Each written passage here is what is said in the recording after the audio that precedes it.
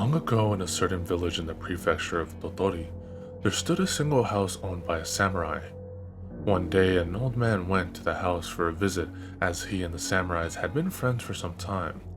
That night was the time for moon viewing, and a large round moon shone its bright light into the garden. The two men extinguished all the lamps and sipped sake on the veranda as they gazed at the moon. From time to time, the fragrance of a sweet olive tree wafted by on a breeze. "Ah, what a pleasant scent," the old man said as he looked out over the garden. Just then, a young woman dressed in a white kimono appeared standing next to the sweet olive tree. Her long, disheveled hair fell over her pale white face, and she stared fixedly in the direction of the two men. "That's strange," the old man said. "I must be getting a little drunk." He rubbed his eyes and started to stand up. Suddenly, the woman came up and abruptly thrust her face in between the two men. The old man involuntarily let out a cry, but the samurai remained totally unafraid. "Go on, get out of here," he yelled, "or I'll cut you down." The woman glided away and hid behind the sweet olive tree. "Dear me," the old man gasped as he breathed a sigh of relief. "Oh, don't pay any attention to her," the samurai said to the old man as he filled the cup with fresh sake. "Here, drink your fill." But after a while, the woman appeared again, and this time started to walk back and forth in front of the veranda. Now, the old man could not even think about his sake. He looked at the woman and trembled all over.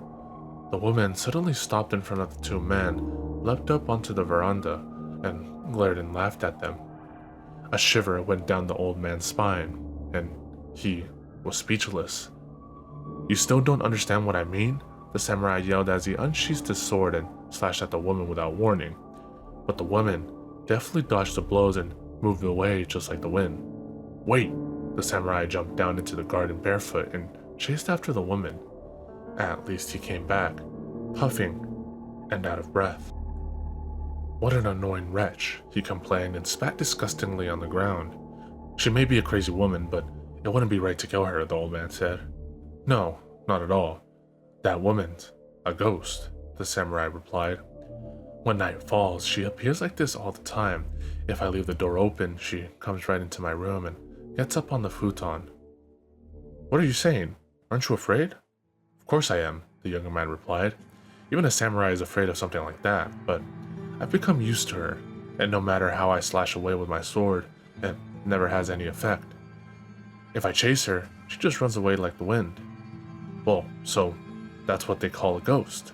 But why do you suppose a ghost comes here?" "To tell the truth, I don't understand that myself." Hearing that, the old man was afraid to stay a moment longer. Thanking his host for the sake, he quickly went outside. The moon was still shining brightly down. As he went around the front gate, his eyes fell on the large sweet olive tree that stood where the woman had been. A sweet and sour fragrance filled his nostrils. Just then, he heard the sharp sound of a branch being broken. Wondering what was happening, he peered over the tree and saw that the ghost was breaking off one of many branches of the sweet olive tree. The old man fled without another glance. After that day, the ghost came every night and broke off another branch of the sweet olive tree. By the time she had broken all of them off, the tree started to wither. Strangely enough, when it had withered away completely, the ghost no longer appeared. Soon after, the samurai passed away.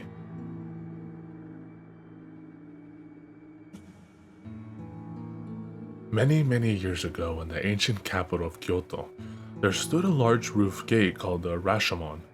At some point, a terrifying demon began to live inside the structure of this gate, and the rumor was that it ate passers-by.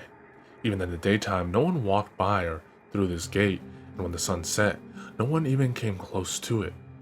There was at this time, however, a very powerful samurai, already famous for having subdued the demon of Mount Oe, by the name of Watanabe no Tsuna. "Alright," he thought when he got wind of this rumor, "I'll go and see this for myself." So saying, one night he mounted his horse and rode off. At his waist he had his famous sword, the Demon Cutter. Very soon the Rashomon came into view. The great roof of the gate towered above him in the dark night sky, and the entire area was as silent as a grave. Tsuna momentarily looked up at the gate, but did not find it particularly frightening. "It is a little uncanny," he murmured to himself, "but I don't see anything that looks like a demon around here." Then, just as he was about to return home, "Excuse me," a woman's voice came from behind him. Turning around from where he sat in the saddle, he found that the voice belonged to a pretty young woman. "Please, could you accompany to my house in the Gojo area? I was on my way back from an errand and the sun suddenly went down. Now I seem to have lost my way." Tsuna thought that it was rather strange for a young woman to be walking by herself in such a lonely place, but he dismounted and said, "How unfortunate. Yes, I know the Gojo area quite well. Let me help you onto my horse." Just as the woman seemed to be stepping into the stirrup, she suddenly transformed into a terrifying demon, took Tsuna by the neck, and began to fly into the sky. "Now I've done it," Tsuna choked. He quickly tried to wrestle himself free from the demon's grip, but to no avail. Laughing fiendishly, the demon rapidly flew higher and higher. Tsuna was desperate. He unsheathed his sword, and with a great shout, struck out at his captor. The demon shrieked, and instantly Tsuna fell with a thud on the roof of the Rashomon. A second later, a severed, hairy arm landed next to him. In the black night, he could hear the demon screaming, "You may have cut off my arm, but beware. I'll be back for it in 7 days." The screams seemed to be coming from farther and farther away, but at last everything was silent. "Well now," Tsuna thought to himself, "so this is the arm of a demon." Picking up the arm, he found that it was hard as steel and covered uncannily with hair. The fingernails were like the sharp points of lancets. "Well, I've gotten something interesting here," he said to himself. "I think I'll bring it back home." Tsuna returned home, put the demon's arm in a strong box, and locked the box securely with a key. Then he commanded his retainers to be on the lookout for anything strange around his mansion. The 6th day passed. Then in the evening of the 7th day, a little old lady arrived at Tsuna's gate. "Hello? Hello?" The old lady shouted as loudly as she could. "I'm Watanabe no Tsuna's aunt. I haven't seen him for a long time and have come for a visit. My home is way out in the countryside and I'm quite tired. Would you please let me in?" "The Lord has given strict order that no one, no matter who, is to be allowed in," the gatekeeper on duty yelled back. "So I'm afraid that even his relatives are not welcome." And with this, he was about to go out and drive the old lady away. But she suddenly burst into tears and sobbed. "How cold-hearted he is to say such a thing. I've cared for him and spoiled him since he was little, and now he's going to drive me away? That's too much. That's just too much." The watchman was confused and went to his Lord Tsuna to report what had occurred. "What? My aunt, you say?" Tsuna interjected. "Bring her here right away." The old lady entered the room and grasped Tsuna by the hand. "Ah, Tsuna, I have wanted to see you for so long." "I'm glad to see you, Auntie," Tsuna replied, and happily took her by the hand as well. "By the way," the old lady said with a worried look, "why aren't you letting anyone into your mansion? Has there been some sort of trouble?" "Yes, the fact is that a demon may be on its way here." "What? A demon, you say?" The old lady seemed quite shocked as she looked intently into Tsuna's face. For his part, Tsuna then told her the entire story, detail by detail. "Is that so?" she finally exclaimed. "You really cut off a demon's arm? That's just like a nephew of mine. I'd like to see just what a demon's arm looks like." "Oh no," Tsuna returned. "That's the one thing I can't do. The demon's coming back for you, you know." "Ah, don't be so unfeeling," the old lady cried. "Looking at it for just a second won't hurt. I'm an old lady and don't know when I'm going to die. I would just like to see something like that once in my life." Hearing his aunt talk this way, Tsuna felt that he couldn't refuse. "All right," he said hesitantly, "but just for a second." Taking out the box, he released the lock and showed the old lady what was inside. "Oh my, this is a demon's arm? How frightening!" As she looked intently inside the box, however, the old lady suddenly grabbed the arm and flew up towards the ceiling. "Tsuna, you see?" she screamed. "I've come back for my arm."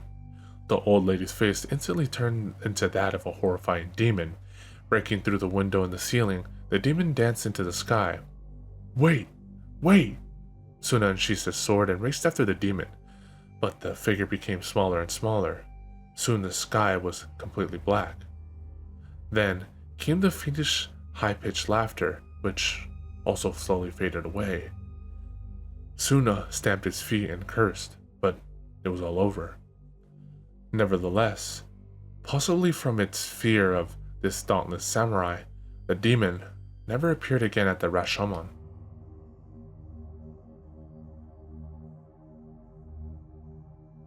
A long time ago, there was a kappa that lived near the village of Nishikawatsu in the ancient province of Itsumo. One day, a horse was at the riverbank nibbling grass when the kappa appeared, grabbed the horse's reins, and tried to pull it into the river. The horse was startled and abruptly ran off, pulling the kappa, which was still grasping at the horse's reins, along with it. Slipping and sliding, the kappa was dragged right into the middle of a vegetable field. "Hey, a kappa!" yelled the farmers who were working in the field. "Let's get it!" And throwing down their spades, they chased after it. Regardless of how nimble kappa usually are, they are quite helpless once on land, so the farmers quickly captured it and tied it up with a coarse straw rope. "What shall we do with it?" one of the farmers asked. "It's nothing to us," another replied. "Let's kill it." "Yeah," another farmer added. "These things will pull the living liver right out of a human being." Accordingly, all of them started beating the kappa and were ready to put it to death. "Wait, please," the kappa cried. "If you spare my life, I'll do anything you say."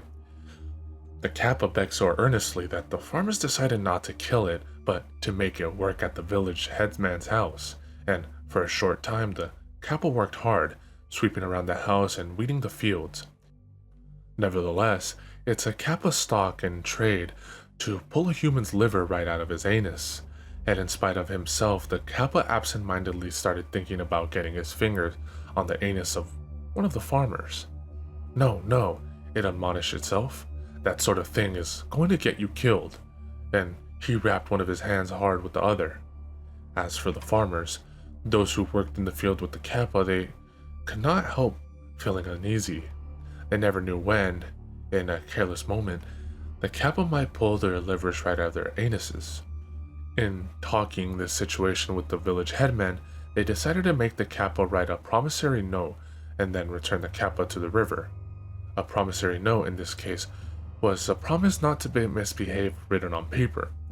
"Listen, kappa," the village headman said, "as long as you're around, the farmers won't be able to settle down to work, so we've decided that if you write a promissory note declaring that you won't pull out people's livers anymore, we'll let you go back to your river."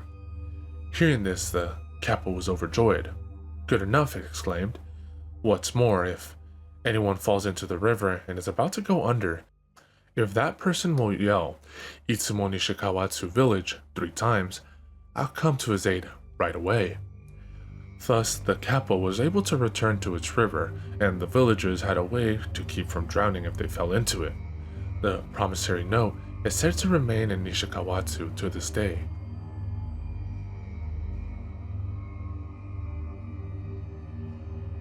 A long time ago in the prefecture of Tosa, there was an old temple located in the countryside called the Saifukuji. There were almost no houses close by the temple, and the surrounding scenery was limited to rice fields and forests. It was said that at night, tanuki that transformed into human form often appeared, and as a result, no one ever approached this place after sundown. But one evening, a farmer who was about to return home from watering his fields caught a glimpse of the priest of the Saifukuji standing on one of the footpaths a short distance away. The priest was squatting down and appeared to be in some pain. "Honored priest," the farmer called, hurrying to the priest's side. "What's the matter?" "Well, the priest replied. "Some of the villagers invited me to some celebration, but I've twisted my ankle and can't walk properly. I feel terrible asking you this, but could you carry me to the village?" "What a shame," the farmer said. "Just hop on and hold on tight." The farmer hoisted the priest up on his back with a grunt, and was surprised at how light the man felt. "Honored priest," he said with concern, "you've become quite thin, haven't you?" "I've got old," the priest remarked pitifully. "I just can't eat as much rice as I used to." Yes, I've become awfully thin. Nevertheless, the farmer thought it was suspicious that this formerly plump priest now seemed to weigh so little, and wondered if a tanuki had not transformed itself into the priest. With these doubts, he lightly touched the holy man's foot with the tip of his finger, and just as he thought, the man's foot was covered with hair. Aha, he said to himself, a tanuki.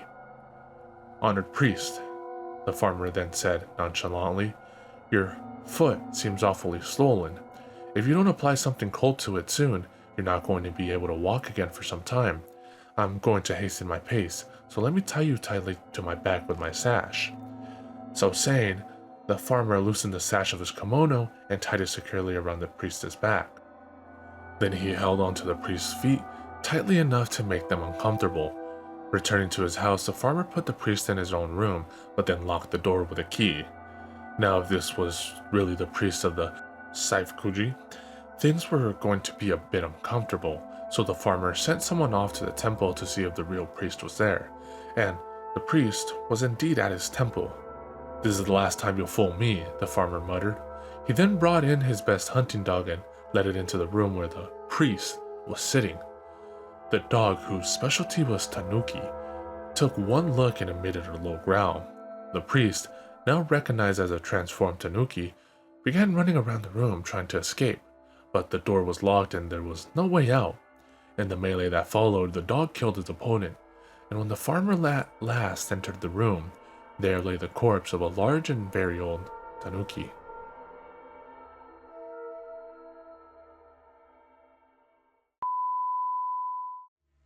Definitely elevating for the 966. The ill suicidal liable to take titles and make vital signs, but not like no cancer.